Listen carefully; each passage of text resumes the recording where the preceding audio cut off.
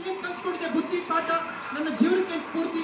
ನಮ್ಮ ಅಪ್ಪನಿಂದಲೂ ಕೂಡ ಸಾಧ್ಯ ಇಲ್ಲ ಬಿಗ್ ಬಾಸ್. ನಮ್ಮ ಅಪ್ಪ ಅಮ್ಮನಿಗೆ ಕೊಟ್ಟಿದೆ. ಸುದೀಪ್ ಸರ್ ನಿಮ್ಗೆ ಗೊತ್ತಿಲ್ಲ, ಬಹುಶಃ ಟೆಲಿಕಾಸ್ಟ್ ಆಗಿದೆಯೋ ಇಲ್ವೋ ಹೇಳ್ಬೋದಲ್ವೋ, ಆ ಮಾತು ಹೇಳ್ತೀನಿ.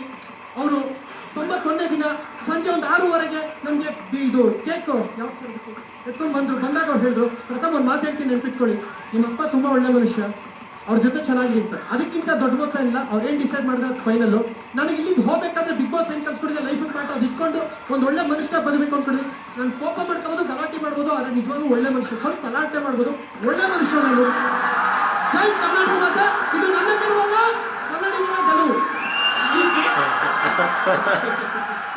114 ದಿನಗಳ ಲಾಂಗ್ ಈಗ ಕೊನೆ ಆಗ್ತದೆ. ಬಿಗ್ ಬಾಸ್ನ ಈ ಸುಂದರವಾದಂಥ ಕ್ಷಣಗಳು ಈ ಕ್ಷಣಕ್ಕೆ ಖರ್ಚಾಗಿರ್ಬೋದು, ಆದರೆ ನೆನಪುಗಳು ಯಾವತ್ತೂ ಖರ್ಚಾಗಲ್ಲ. ಮನಸ್ಸು ಭಾರ, ಕಣ್ಣೆಂಚುವಂತೆ ಎಲ್ಲ ಖಾಲಿ ಆಗಿರುವಂಥ ಒಂಥರ ಕೆಟ್ಟ ಫೀಲಿಂಗ್ ನಿಮಗೆ ಮಾತ್ರ ಆಗುತ್ತೆ ಅನ್ಕೊಂಬೇಡಿ, ನಮಗೂ ಆಗುತ್ತೆ. ನೋಡಿದ್ರಿ, ಟೀಕೆ ಮಾಡಿದ್ರಿ, ಹೊಗಳಿದ್ರಿ, ಮೆಚ್ಕೊಂಡು ಸಭಾಷೆ ಹೇಳಿದ್ರಿ, ಬೇಜಾರು ಮಾಡ್ಕೊಂಡ್ರಿ, ಕಣ್ಣೀರು ಹಾಕಿದ್ರಿ, ತಪ್ಪಾಗಿ ತಿಳ್ಕೊಂಡ್ರಿ, ಕೋಪ ಮಾಡ್ಕೊಂಡ್ರಿ. ಆದರೆ 9 ಗಂಟೆಗೆ ಮಾತ್ರ ಚಾನಲ್ ಆನ್ ಮಾಡಿ ಬಿಗ್ ಬಾಸ್ ನೋಡೋದನ್ನ ಯಾರೂ ನಿಲ್ಲಿಸ್ಲಿಲ್ಲ. ಚಾನಲ್ಲೇ ಬದಲಾಯಿಸಿದ್ವಿ ನಾವು, ಆದರೂ ತಾವು ನಿಲ್ಲಿಸ್ಲಿಲ್ಲ.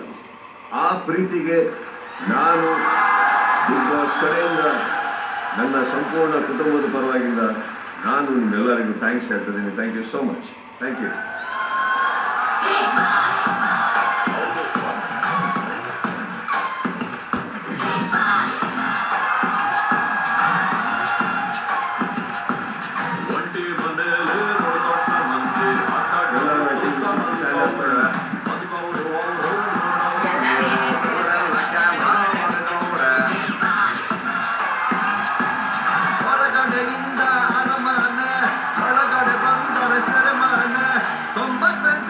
ಜೀವಂತ ಇದ್ದರೆ ಅವರಿಗೆ ಹಾಕ್ಕೊಟ್ರು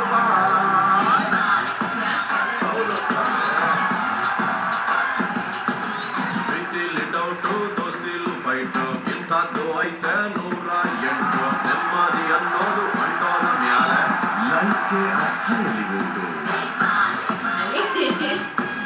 ಹೊರಗಡೆಯಿಂದ ಅರಮನೆ, ಒಳಗಡೆ ಬಂದರೆ ಸೆರೆಮನೆ, ಒಬ್ಬನ್ನು ಬಿಟ್ಟರೆ ಸಂತೋಷ ಪಟ್ಟರೆ ಜನ ಮಂಡೆಗೆ ತರುತ್ತೆ ಜಯ ಅಳಗ. ಇದು ಎಲ್ಲ ಸೀಸನಲ್ಲೂ